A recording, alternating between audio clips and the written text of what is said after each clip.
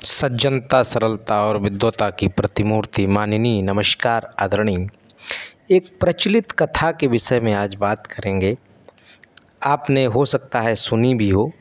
एक प्रचलित कथा है कि पुराने समय में एक व्यापारी होता था, बहुत धनी व्यापारी था। वो अलग अलग शहरों में जाकर अपना बिजनेस, अपना व्यापार करता था।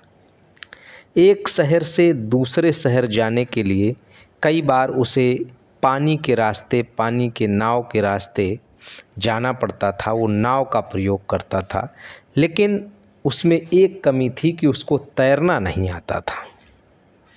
एक दिन की बात है कि वो नदी के रास्ते नाव में बैठकर दूसरे नगर को जा रहा था। नदी के बीच में उसने देखा कि उसके नाव में पानी भर रहा था। जब उसने देखा कि पानी क्यों भर रहा था, तो नाव में छेद, उसको पता चला कि नाव में छेद हो गया है। वो बहुत घबरा गया, बहुत डर गया। अब वो व्यापारी ईश्वर को याद करने लगा। तभी उसको एक मछुआरा दिखाई दिया जो अपनी नाव से मछलियां को मार रहा था।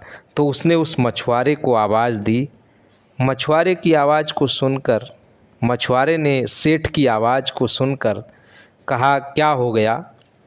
तो सेठ ने मछुआरे से कहा कि भाई, मेरी नाव डूब रही है, मुझे तैरना भी नहीं आता है। अगर तुम मुझे बचा लेते हो तो मैं तुम्हें पूरी संपत्ति दे दूंगा।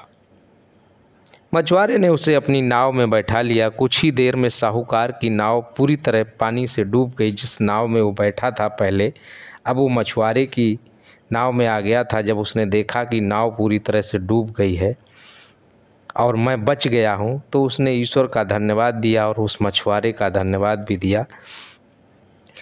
लेकिन मछुआरे की नाव में बैठा सेठ सोच रहा था और सोचते सोचते मछुआरे से बोला कि भाई, अगर मैं तुम्हें पूरी संपत्ति दे दूंगा तो मेरी पत्नी मुझसे नाराज़ हो जाएगी, मुझे डांटेगी। इसलिए मैं तुम्हें पूरी तो नहीं, लेकिन आधी संपत्ति दे दूंगा। मछुआरे ने कोई जवाब नहीं दिया। वो अपनी नाव चला रहा था। व्यापारी फिर सोच में डूबा। कुछ देर बाद उसने फिर मछुआरे से बोला कि भाई, मेरे बच्चे भी हैं, मेरी संपत्ति में उनका भी हक है। मैं तुम्हें आधी नहीं, 1/4 संपत्ति दे दूंगा। मछुआरा फिर भी चुप रहा।